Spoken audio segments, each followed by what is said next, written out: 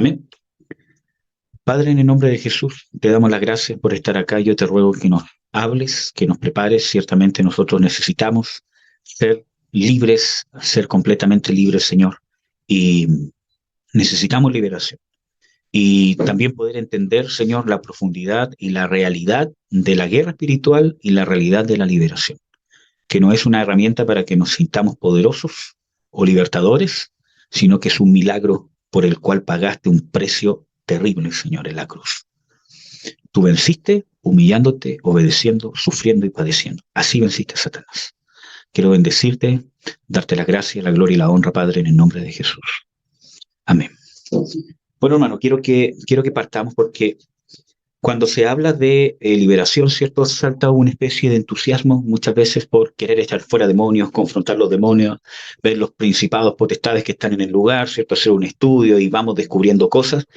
Y muchas veces nos vamos complicando más de lo que es el asunto, ¿cierto? Entonces, cosas que quizás son más simples, que no digo que sean sencillas, pero son más simples de llevar en el reino de Dios y nos complicamos un montón. ¿Cierto? Que es cierto, en el cerro tanto está puesta la cruz de acá, que en el cerro tanto, cierto, hicieron hace 500 años atrás, cierto, se hizo un pacto desde aquí y allá, hermano. Si bien yo digo que no está mal hacer eso, ¿cierto? Pero no es lo principal. No por eso va a haber liberación. Amén. Sino que la liberación la trae el reino de Dios, ¿cierto? Cuando el reino del enemigo es desbaratado por la manifestación del reino donde el rey es el Señor Jesucristo. El mismo Señor Jesucristo habla de esto cuando dice, ¿cierto?, de que para saquear la casa, ¿cierto?, primero se ata al hombre fuerte. Pero la manifestación del reino de Dios no es decretar, no es declarar, es el asiento, como hoy día estábamos, ¿cómo se llama?, cantando, ¿cierto? Establece tu reino en nuestras vidas, que tu trono se establezca en nuestros corazones. Y eso es sumamente importante porque cuando hablamos de que el reino de Dios se establezca en nuestra vida o que el trono, ¿cierto?, se establezca en nuestros corazones, nosotros tenemos que entender que cuando la Biblia habla de trono, no está hablando de una silla en el cielo, ¿cierto?, donde hay alguien sentado, porque si no sería incongruente que Jesús diga, yo me he sentado en el trono de mi Padre. Entonces uno dice, ¿dónde está el Padre? Y el Padre dijo, ya, ven, siéntate que yo me pongo al lado. Y que Jesús diga, y el que venciere se sentará conmigo en el trono de mi Padre, no en otros tronos al lado, sino conmigo. Entonces, cuando hablamos desde el punto de vista bíblico, aunque hay referencias de tronos, ¿cierto?, pero cuando se habla del punto de vista bíblico de tronos, se está hablando de autoridad. Y cuando se habla de autoridad, no se habla de capacidad de decir y que se haga algo.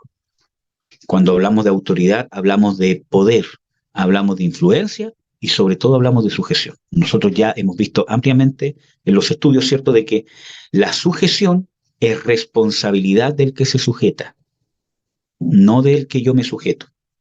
La responsabilidad del que tiene autoridad es ejercer una autoridad y una influencia que dé todas las bases bíblicas para que la gente que se quiera sujetar se pueda sujetar de una manera sana. Pero la responsabilidad del creyente es el sujetarse a Dios y a las autoridades que Dios ha delegado. Y es una responsabilidad por la cual vamos a tener que rendir cuenta en cada área de nuestra vida. Entonces, cuando hablamos de liberación, amados, y cuando hablo de esto, sí, es echar fuera demonios que están habitando dentro de una persona. En la punta del dedo, en el corazón, en el hígado, donde usted le quiera poner nombre, que habitan en el alma, en la mente, pero está dentro de la persona y está ejerciendo influencia o control, quizás en todo el aspecto de su vida o en algún área de su vida. ¿Cuál es el problema? Que nosotros pensamos de que una persona endemoniada, ¿cierto?, es una persona que prácticamente gira la cabeza, etcétera, etcétera. Y desde el punto de vista bíblico, nosotros nos encontramos de que la Biblia llama a una persona que tiene influencia de demonios, nunca habla de que los demonios están externamente, ¿cierto?, sino que cuando habla de ¿cierto?, una persona que está influenciado por demonios o endemoniado, habla de que tiene demonios adentro de él. Usted puede pensar que están en el plexo solar, como se dice, en la mente, en el corazón, no tengo idea, pero están adentro y tienen que salir y salen por la fuerza en el nombre de Jesús. Jesús fue lo que más hizo y lo que más y más énfasis puso en la delegación apostólica, y no solo de los apóstoles, sino también de los discípulos. Entonces, dice de que dentro del periodo de entrenamiento de sus apóstoles y de sus discípulos, dice que por lo menos a sus apóstoles los envió a predicar, echar fuera demonios, sanar enfermos, limpiar leprosos, resucitar muertos. Y dice en las escrituras de que ellos predicaban el arrepentimiento y echaban fuera muchos demonios. Usted dirá, ¿cómo en la época que vino el Señor Jesucristo, el pueblo de Israel, el pueblo de Dios, había tanto endemoniado? Te diría, pero ¿cómo es posible? ¿Habrá sido para esa época? ¿Habrá menos gente endemoniada ahora como está el mundo? Piénselo usted nomás. Hay que tener dos dedos de frente. La influencia de la televisión, la pornografía, la sexualidad, ¿cierto? Cómo se mueve el mundo, cómo se mueven. Obviamente que o sea, alguien que no cree en Cristo, ¿cierto? Que no cree en Dios, que no cree en nada, sabe que, eh, que los tiempos han cambiado para mal. Hay más perversidad, hay muchas cosas peores. Entonces, seríamos ilusos de pensar de que esa fue una época y un pueblo en particular que estaba endemoniado. Si el pueblo de Dios estaba así, el pueblo de Israel, ¿cierto? Que usted puede decir que estaba aquí, que estaba allá, ¿cierto? Que no quería a Dios, ¿cierto? Que se equivocó, no reconoció al Mesías. Pero si el pueblo de Israel estaba así, ¿cuánto más queda para los pueblos paganos? ¿Cuánto más queda para nosotros los gentiles? Entonces, tiene que admitir de que, como dicen las escrituras, Pablo dice de que el príncipe de la potestad del aire gobierna sobre todos los que no se convierten a Cristo. Efesios 2. Dice de que antes de que nos convirtiéramos, éramos dominados por el príncipe de la potestad del aire. El espíritu que ahora opera sobre los hijos de desobediencia, sobre cristianos que siguen en desobediencia, o gente que les ha llegado la luz, ¿cierto? Y siguen en desobediencia a la verdad. Entonces, las escrituras son claras de que este mundo está bajo el maligno, etcétera, etcétera. Hay muchos versículos bíblicos. Entonces, tenemos que entender de que la liberación de demonios es más que simplemente echar fuera demonios. Y, por ejemplo, en el Salmo, que quizás es un salmo que todos conocen, lo voy a buscar porque quiero ver bien si es la cita, el Salmo 107.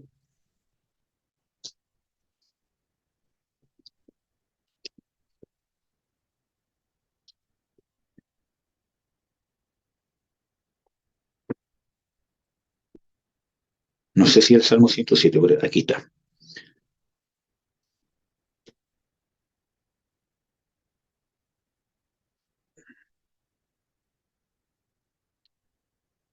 David, ¿puede buscar el que dice envió su palabra y lo libró de su ruina? El 107, 10.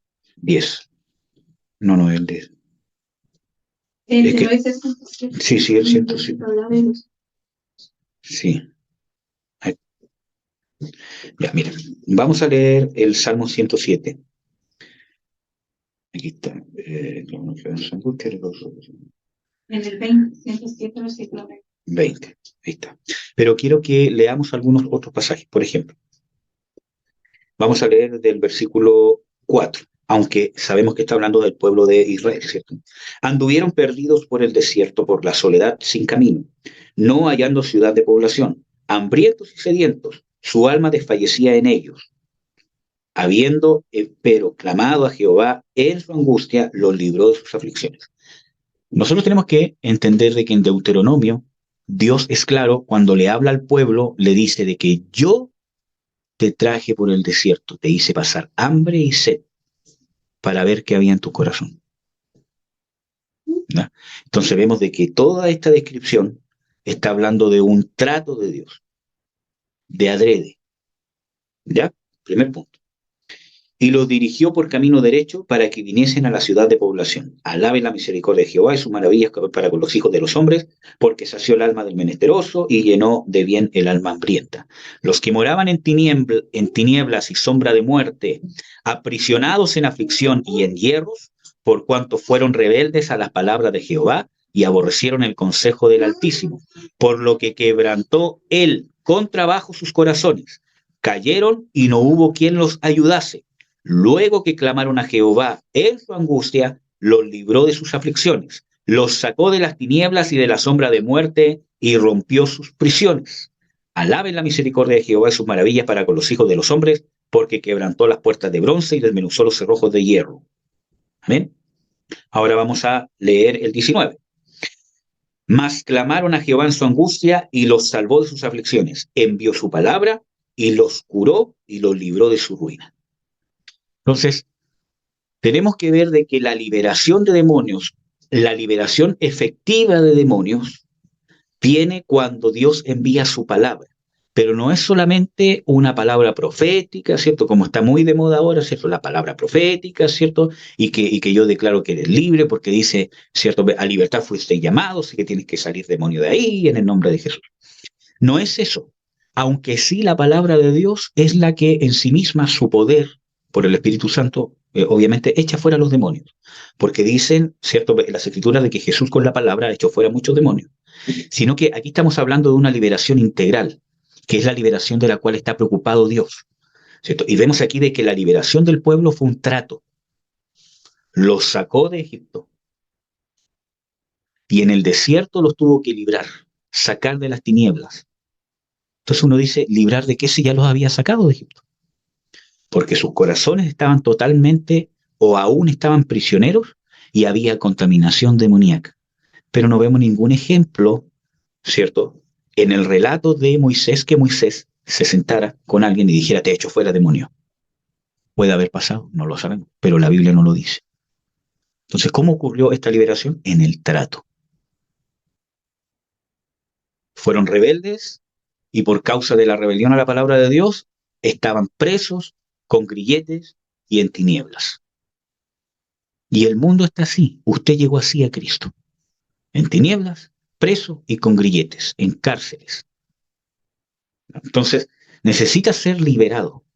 Y eso no ocurre necesariamente cuando usted dice, yo acepto a Cristo en mi corazón. Que la Biblia en ninguna parte dice que nosotros lo aceptamos. Nosotros recibimos su reino en nosotros y eso es sujetarse. ¿Ya? Entonces, vemos de que la liberación eh, grande que hubo aquí fue en el trato. Ahora, vamos a ir a un pasaje que habla el mismo Señor Jesucristo. En Juan, si mal no recuerdo, Juan 8.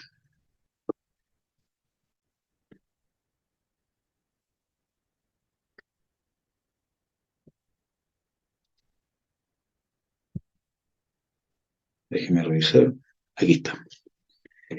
En Juan 8:31 dice, y decía Jesús a los judíos que le habían creído. Según el contexto bíblico, esto que le habían creído no es que habían creído que él era el Mesías, ni que se había convertido, sino que simplemente dieron fe de que lo que él acababa de decir era cierto. Dice, si vosotros permaneciereis en mi palabra, seréis verdaderamente mis discípulos y conoceréis la verdad y la verdad os libertará. Entonces, nosotros vemos que quizás Jesús está hablando dentro de su contexto de la libertad del pecado, pero también está hablando de un proceso, porque está hablando, seréis mis discípulos, y al ser mis discípulos, que no es algo instantáneo, sino en el discipulado, conoceréis la verdad, y la verdad os hará libres. ¿La verdad qué es? La palabra de Dios. El mismo Señor Jesucristo dice, conoceréis la verdad, o sea, dice, oh Padre, tu palabra es verdad. Jesús es la verdad. Ahora, ¿por qué? Esa verdad no es solamente esto escrito que usted simplemente lea, ¿cierto? Sino que la verdad nos muestra la realidad de quién es Dios, de quién somos nosotros y cuál es nuestra verdadera condición. ¿Qué es realmente santidad? ¿Qué es realmente pecado? ¿Qué es realmente el error? ¿Qué es realmente ser un buen esposo, ser una buena esposa, ser un buen padre? ¿Cuál es la verdad? Porque la verdad es única y proviene de Dios y esa verdad se manifiesta solo en su palabra. ¿Cuál es el problema con el relativismo, cierto? Que dice que cada uno tiene su verdad y el mundo está así. El mundo no tiene la verdad. La psicología no tiene la verdad. La psiquiatría no tiene la verdad. ¿Cierto? El método científico no tiene la verdad. Y el yoga y quizás cuantas otras cosas, ¿cierto? El karate, ¿cierto? Y todas las disciplinas que hay, no tienen la verdad. Algunas cosas aparentemente pueden coincidir superficialmente, pero la verdad ahonda en lo profundo, porque la verdad es un cimiento, es una profundidad que parte de lo más recóndito, Por lo tanto, cuando la palabra, la verdad, la verdadera palabra revelada se manifiesta en nosotros, nos muestra la realidad de lo que somos, la realidad de lo que es Dios, la realidad de nuestra condición, la realidad de nuestras circunstancias. Y eso lo conocemos en el discipulado. Y el discipulado no es otra cosa que trato de Dios. No piense que el trato de Dios solamente es aflicción, pena, tristeza. Dios es un padre. Muchas veces nos alienta, nos levanta, nos da fortaleza, nos dice ánimo, sigue así, está bien lo que hiciste, esto está mal, etcétera, etcétera. Nos abre puertas, nos bendice, pero en todo siempre, en toda oportunidad, la va a aprovechar para bendecirnos y para formarnos. ¿Cómo lo hace un padre con un hijo? Yo con mi hijo, cualquier oportunidad que veo, aprovecho de tratar de enseñarle según la edad que tiene. Entonces, nosotros tenemos que entender de que la liberación de demonios es bíblica. Probablemente usted tenga demonios que están influenciando en su vida. No trate de buscar excusas que la Biblia dice aquí, que la Biblia dice. La Biblia es clara. ¿Un creyente puede tener demonios influenciando sobre él? Sí, la Biblia lo dice. No voy a ver eso ahora porque hemos visto esto muchas veces, ¿cierto? Y con muchos ciertos argumentos bíblicos y hasta ejemplos bíblicos.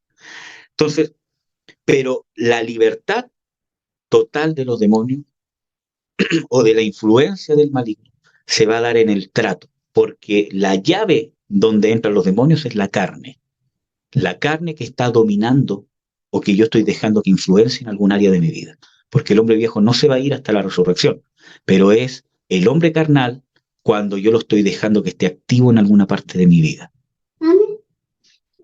¿Ya? Cuando yo encuentro asiento, cuando yo encuentro fortaleza, cuando encuentro respaldo, cuando encuentro apoyo en alguna de las manifestaciones carnales de mi viejo hombre. Orgullo, arrogancia, soberbia para poder combatir, ¿cierto?, a la gente que me oprime, etcétera, etcétera. Estoy abriendo una puerta que si no me arrepiento con el tiempo, pueden entrar demonios. O quizás ya los hay y no han salido nunca. ¿Por qué? Miren, hermanos, el diablo engaña y los demonios engañan. Entonces, obviamente, te van a hacer creer que no existen. Mire, la mentira más grande del diablo y más efectiva dentro de la iglesia es decir que un cristiano no puede tener demonios. Porque si un cristiano cree que no puede tener demonios, los demonios se quedan ahí adentro. Nunca intenta sacarlos. Y la gente muere con demonios en áreas de su vida. Que no es que estén demoniadas, ¿cierto?, dando vueltas en la cabeza, pero hay áreas de su vida, de su carne, que no puede negar, trata de negar su carne, trata de cambiar, y hay áreas que hay un poder sobrenatural, ¿cierto?, que es demoníaco, que lo mantiene así. Y lo peor, que lo engaña diciéndole que él es así, que es su personalidad, y es la personalidad de un demonio que se está manifestando en esa persona porque yo le abrí una puerta. La puerta puede estar abierta por una maldición, por una herencia, pero en la gran mayoría de los casos es porque algo hice yo o algo me hicieron, que primero mi carácter se tuvo que defender de alguna manera o cambiar de alguna manera para poder confrontar algo para lo cual no fui creado, ¿cierto? Y de ahí se aprovecha un demonio de establecerse y no salir. Entonces, si el demonio lo engaña y le dice que un cristiano no puede tener demonios, el demonio se va a quedar ahí. Y no se va a manifestar como demonio. Que de vuelta a los ojos, ¿cierto? Sino se va a quedar ahí. Incluso hay gente ministrando en la iglesia que muchas veces hay áreas de su vida que todavía está con demonios. Que no quiere decir que esté poseído, ¿cierto?, por el demonio, pero hay áreas de su vida en que el demonio está dentro de la persona ejerciendo una influencia. Y esa área, el Espíritu Santo obviamente no la puede llenar. Usted dirá, pero ¿cómo es una aberración, una blasfemia? No, hermano. El Espíritu Santo habita y nos llena completamente en el Espíritu. Pero el discipulado, ¿cierto?, el trato, las aflicciones, la disciplina, todo lo que hace Dios está con el objetivo principal de llevar la influencia del Espíritu Santo, que usted voluntariamente se someta y someta su alma a la influencia del Espíritu Santo que está en su espíritu. Dios no quiere obligarlo. Muchas veces pensamos que yo cierro los ojos y Dios hace el trato en mí. No, es un trabajo en conjunto. Yo voluntariamente me tengo que ir sometiendo, tengo que ir descubriendo, tengo que ir teniendo conciencia de lo que Dios quiere hacer en mí. No es que yo vivo la vida, paso por aflicciones y Dios me va cambiando por dentro no sé cómo. No, no, no, no. Yo tengo que tener conciencia. Por eso Pablo dice, examinaos a vosotros mismos. Entonces, tengo que empezar a tener conciencia, tengo que empezar, ya estoy pasando esto, ¿qué se está manifestando en mí? Tengo esto, esta relación, llevo tantos años así, no sé, ¿hay algo que quiera cambiar? ¿Es simplemente una prueba y es una prueba para qué? Y no solamente en las aflicciones, sino en la abundancia también. ¿Estoy haciendo bien? ¿Estoy administrando bien? ¿Cómo administro mi tristeza, mi angustia, mi frustración? Jesús dice que estuvo angustiado hasta la muerte, pero no pecó, porque supo administrar su angustia en el huerto de Getsemaní. Y probablemente no fue la única vez que se sintió así. Quizás no fue la última vez que sintió que estaba solo. Con el Padre, pero quizás quería un amigo, alguien con quien orar, alguien con quien poder conversar las cosas que iba a pasar y no tenía a nadie, porque sus discípulos no estaban preparados. Entonces, nosotros vemos, ¿cierto, amados hermanos, de que necesitamos tener conciencia? No solamente gestionar o administrar, ¿cierto? Eso, sino también administrar mi felicidad, mi gozo, mi pasión. ¿Cómo administro mi felicidad, mi gozo? También tenemos que administrarlo. Jesús también nos enseñó de eso. Porque, pónganlo ustedes que Jesús siente el gozo del cierto el Espíritu, cuando dice de que se regocijó en el Espíritu y dijo, oh Padre, te alabo porque estas cosas, etcétera, etcétera. Si él cierto hubiese dicho, siento un gozo tan grande ya, matemos un cordero ya, aquí hagamos un asado, traigan licor y cerveza y vamos, que estamos contentos porque Dios está con nosotros. Supo administrar y gestionar su alma. No solo la aflicción, que muchas veces nos enfocamos en la aflicción, en la aflicción, en la aflicción, el cristiano sufriente, pero no toda la vida es sufrimiento. Si bien dice, ¿cierto?, el Señor Jesucristo que en el mundo tendréis aflicción, ¿cierto? Pero no toda la vida es sufrimiento. Tenemos que aprender, también es una prueba, cómo nuestro carácter se maneja y se conduce en la alegría, etcétera, etcétera. Entonces, ese proceso de discipulado nos liberta. Y en parte eso es lo que dice el Señor Jesucristo acá. Porque cuando yo tengo un demonio, hay pecado. Por eso que, ¿cierto? Acá dice Jesús le respondió, de cierto, cierto digo que todo aquel que hace pecado es siervo del pecado. Y el siervo no queda en casa para siempre, sino del Hijo. Así que si el Hijo libertare, seréis verdaderamente libres. Usted dirá, ahí está hablando de la salvación solamente. No, porque Jesús acaba de decir que está hablando de un discipulado y está usando un verbo que nos da a entender claramente que es un proceso. Y conoceréis la verdad y la verdad os hará libres. Entonces, nosotros vemos de que cuando hay demonios en nosotros hay pecado. ¿Cuál es el problema? No, yo no quiero reconocer. Hermano, yo prefiero que se vayan los demonios. Pero muchas veces nosotros preferimos por no admitir que me equivoqué en esto, que estoy mal en esto, en esta manera de pensar, en esta manera de ser. Preferimos que se queden demonios dentro de nosotros, enemigos de el que nosotros decimos que es nuestro Señor, nuestro Salvador. Entonces, preferimos que habiten dentro de nosotros, albergarlos, protegerlos, porque no queremos admitir o no queremos confesar, me equivoqué, así no es la cosa. Humillarnos, sufrir el humillarnos y que muchas veces nos digan, viste, te equivocaste. Y por orgullo, soberbia, por no quebrantarnos, preferimos tener demonios dentro y morirnos con esos demonios. Que no quiere decir que no sea salvo, pero administró muy mal la gracia y la promesa del Padre de la llenura del Espíritu Santo en su espíritu, porque no lo dejó influenciar sobre ciertas áreas de su alma y prefirió que ahí habitaran demonios. Qué triste, qué vergüenza delante de Jesús. Qué vergüenza. Eso sí que es llegar avergonzado al tribunal de Cristo.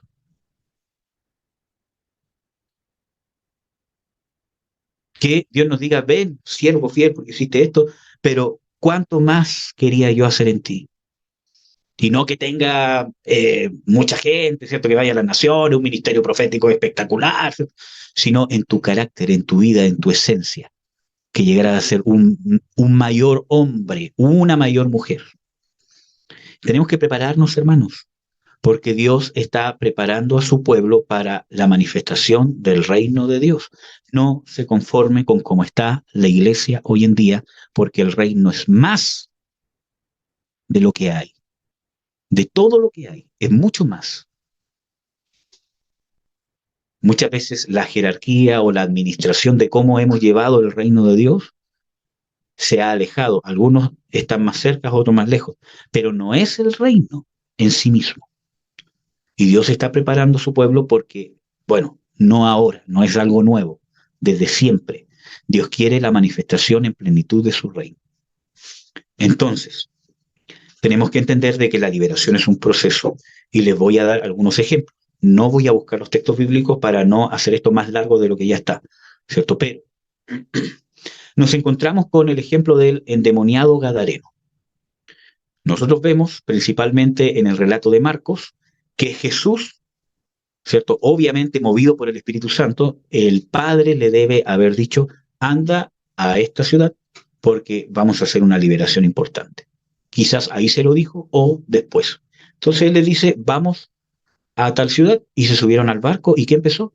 Una terrible tormenta, ¿cierto? Y Jesús que estaba dormido. Ya, ojo, que no es la primera vez que por lo menos sale en la Biblia que Jesús estaba enfrentando una tormenta. Tenemos otro relato donde Jesús anda sobre el mar y también había una tremenda tormenta. Dice de que cuando Jesús entró a la barca se calmó todo, pero no reprendió el viento y no reprendió el mar. En cambio, en esta oportunidad, ¿cierto? Vemos de que él está durmiendo y se levanta y reprende al viento y al mar. Le dice, calla, enmudece. Entonces, nosotros vemos de que ciertamente, hermanos, ciertamente nos encontramos aquí de que los principados, las potestades y los demonios, probablemente ese que se dice legión que estaba en el endemoniado gadareno, estaba haciendo todo lo posible, quizás con otros demonios, no tengo idea cómo fue la cosa, pero la cosa es que detrás de esa tormenta había una manifestación demoníaca, porque Jesús la reprendió. Hay muchos que dicen de que Jesús reprendió literalmente al viento y al mar usando su divinidad como Dios creador. Y eso es imposible porque se echaría abajo, ¿cierto?, nuestra salvación si Jesús hubiese usado su divinidad. Contradice el pasaje que está, ¿cómo se llama?, en Filipenses, que dice, se despojó de su deidad. No dejó de ser Dios, pero se despojó de ella. La puso en desuso, se vació. Se kenosis, que es esa palabra griega. Y se hizo hombre en despojo. Entonces, ¿qué hizo? Reprendió demonios con la unción del Espíritu Santo. ¿Por qué? Porque había una oposición a que llegara a la ciudad para liberarla. Y ojo, de que la liberación no fue solamente echar fuera el demonio, sino que la liberación completa conllevó discipulado. Te dirá cómo, si Jesús inmediatamente después de eso se fue, porque todos llegaron y dijeron, ándate, ándate, sino que Jesús le dijo al ex endemoniado, dijo, no, quédate acá y empieza a publicar o a hablar de las cosas que Dios ha hecho contigo. Y dice de que él empezó a declarar en toda Decápolis las cosas que Jesús había hecho con él. Ahí está la liberación profunda, donde el corazón del hombre sale de las tinieblas. Yo puedo sacar un demonio, pero el corazón del ser humano sigue en tinieblas. Por eso que Jesús habla de el demonio que sale, vaga, ¿cierto? Dice, volveré, ¿cierto?, a mi casa y la haya vacía y viene con otros 7 peores que él. Entonces, nosotros tenemos que entender de que la liberación eficaz es una transformación de vida. No es simplemente reprender un demonio. Por eso yo les decía, como se llama al principio, hermano, muchas veces cuando se habla de liberación de demonios, la gente salta y se cree guerrero, ¿cierto? Y tengo armas espirituales y pachorra, ¿cierto? Para echar fuera a los demonios y confrontar a Satanás, porque quizás he tenido algunas experiencias o quizás muchas experiencias con demonios. Entonces, nosotros tenemos que entender de que si bien es una práctica bíblica confrontar un demonio que se está manifestando en alguien y echarlo fuera y tiene que salir en el nombre del Señor Jesucristo, pero eso no es todo.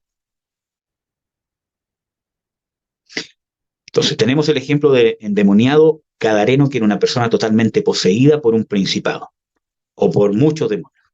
¿no? Tenemos el ejemplo del endemoniado que estaba en la sinagoga. ¿Ustedes creen que los judíos iban a dejar entrar a la sinagoga a una persona como el endemoniado, ¿cómo se llama? Gadarén? Si no dejaban entrar a los cojos, no dejaban entrar a nadie, sino que estuviesen afuera pidiendo plata. Jamás. Por lo tanto, el que estaba en la sinagoga era una persona que por fuera se veía normal. Probablemente iba a orar, iba a participar de la liturgia, todo lo demás. Y cuando entró Jesús, llegó la luz, se le manifestó lo que ni siquiera él sabía que tenía dentro. Dijo, ¿qué tiene Jesús? Entonces todos deben haber saltado, deben haber quedado pasmados, diciendo, o sea, ¿qué pasó? ¿Cierto? Entonces Jesús no guardó las apariencias también, no es que tráelo para un lado para que no se asuste la gente. Es más importante liberar a alguien, que se asusten, que piensen lo que piensen, pero ese hombre debe ser libre. ¿Me entienden? Tenemos más ejemplos bíblicos, pero quiero ir a un ejemplo muy importante que es el de Job, por ejemplo. ¿Quién causó, cierto, quién causó la pérdida de todas sus cosas, la muerte de su familia, cierto? ¿Y cuántas cosas más en Job? Satanás, ¿cierto? Por orden de Dios, ¿cierto? Pero fue el diablo. Y Job relata en más de una oportunidad, ¿cierto? Dice de que cuando despierto estoy aterrado con visiones, ¿cierto? Con el dolor, ¿cierto? Y cuando quiero dormir en la noche, no hallo cuando termine la noche, porque cuando concilio el sueño soy espantado por sueños. O sea, era una tortura y una visita, o sea, un tormento demoníaco constante. No solamente era estar enfermo, sino había una opresión demoníaca que era más allá de simplemente, entre comillas digo simplemente, una enfermedad tan terrible como la que la tenía. Tormento, presión de amargura, de contrariedad, de duda, y dónde está tu Dios, y mira que Dios es injusto, y todo eso fue lo que empezó a salir por su boca. Que no es culpa de los demonios, porque Dios quería sacar lo que estaba dentro de Job, pero vemos de que había un tormento. Pero ¿cómo fue la liberación de Job? No vemos en ninguna parte que Dios reprende al diablo y dice, ya, Satanás, déjalo. Quizás lo hizo, pero no sale. Pero vemos que Job fue libre, ¿o no? ¿Y cuándo fue libre? Cuando se arrepintió. Ni siquiera cuando fue sano de la enfermedad. Se fueron los tormentos. Seguía enfermo. Y cuando terminó de orar por sus amigos, después Dios lo sanó y empezó su proceso de restauración. Entonces, no vemos nunca más diálogo de Dios, ahí por lo menos, con Satanás. Ya, listo, terminó tu tiempo, saca tu mano de él. Entonces, el proceso de liberación de Job fue en su proceso de trato. Y es más, fue secundario. Fue secundario. Porque que se apartara Satanás era un trámite, entre comillas digo, para alcanzar qué cosa? El propósito mayor que tenía Dios con Job, que era subirlo a un nivel superior de amistad y relación con Dios, llevarlo a un nivel espiritual. Lo mismo con nosotros. No es el objetivo de Dios en sí mismo, y no me malentienda, echar fuera demonios. No es ese el objetivo principal de Dios. Es una herramienta necesaria porque si no salen fuera los demonios no se pueden cumplir el objetivo principal. Por ejemplo, si yo quiero tomar agua en una botella, tengo que abrir la tapa, ¿no? Claro. Porque si no, ¿cómo sale el agua? Pero no es el objetivo principal abrir tapas, sino saciar mi sed. ¿Cierto? Entonces, lo mismo pasa, ¿cierto? Es un instrumento, es una herramienta. Entonces muchas veces nosotros nos enfocamos en las cosas que Dios le da menos importancia. Nosotros tenemos una tendencia como cristianos a darle más importancia. Y a las cosas que son más importantes tenemos una tendencia a darle menos importancia porque andamos en la carne. Así de simple. Entonces, ¿qué pasa? La liberación es una herramienta que se debe usar con sabiduría. Por eso que yo hace muchos años digo, yo no le echo fuera demonios a la gente, sino soy extremadamente guiado por el Espíritu Santo. Y no místicamente, Señor, pues, libéralo. Ah, ya, lo voy a liberar. sino uno tiene que ser consciente de los procesos que Dios va trabajando en la gente. ¿Está pasando este proceso? ¿Lo voy a liberar? No, no lo voy a liberar porque Dios lo está pasando por un proceso. Entonces, nosotros tenemos que entender de que la liberación efectiva la hace el Espíritu Santo. Hermanos, luche por su liberación. A libertad fuimos llamados. Y en Gálatas, mire, solamente este versículo dice, en Gálatas, a libertad fuisteis llamados, no estáis otra vez bajo el yugo de esclavitud. ¿Qué significa? Que un cristiano, si vuelve a ser carnal, va a volver a contaminarse con demonios. Así de simple. Usted dirá, es que en Gálatas nunca está hablando de demonios. Sí, está hablando de demonios. Y yo se lo puedo probar bíblicamente. Que la influencia de la cual Pablo está hablando, de que los Gálatas estaban judaizando, era un espíritu demoníaco del cual el mismo Jesús habló. Entonces, ¿sí eran demonios? Sí, eran demonios. Entonces, nosotros tenemos que entender, ahora, ¿por qué Pablo no habla y dice, reprendan ese demonio? Porque no era ese el objetivo principal. ¿Qué sacaba Pablo con reprender ese demonio si no iba a la médula de la liberación? ¿Me entienden? Por eso, la liberación divina es profunda, es radical y va de la mano con el discipulado, con la transformación, con la conversión, con el crecimiento, con el desarrollo del creyente. Amén. Amén, amor. Vamos ahora. Padre, en el nombre de Jesús te bendigo, te doy las gracias, Señor. Yo te ruego, Señor, que nos empieces a preparar para entender que a libertad fuimos llamados, que tenemos que humillarnos delante de ti, muchas veces admitir que hemos pecado, que hay pecados y áreas en nuestra vida que hemos mantenido ahí. Y no excusarnos con que es un pecado de mis antepasados, que es una maldición generacional, sino que hay pecado que hemos albergado dentro de nosotros y lo hemos albergado para quizás victimizarnos, sentirnos víctimas como una justificación de nuestro carácter, de nuestra personalidad, o quizás cosas ocultas que no hemos querido resolver, que no hemos querido enfrentar o que no hemos querido sacar a la luz. Perdónanos, porque probablemente haya en nosotros influencias demoníacas que no hemos querido admitir o reconocer.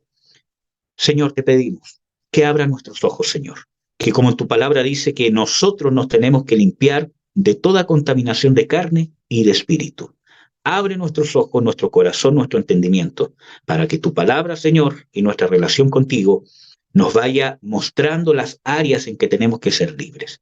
No buscando simplemente que alguien nos eche fuera un demonio, sino sacándolo de raíz, luchando, siendo conscientes y tomando parte en esta batalla y en esta guerra, en la cual ciertamente somos más que vencedores, porque Satanás y todos sus demonios fueron vencidos, como está escrito, y los despojó, triunfando sobre ellos en la cruz. Señor, queremos vivir en la libertad que ciertamente nos libertaste, nos hiciste libres en la cruz. Queremos vivir en esa libertad, Padre.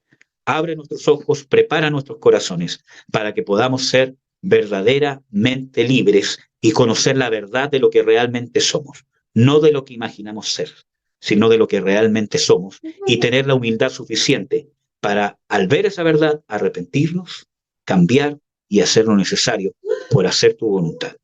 En el nombre de Jesús. Amén.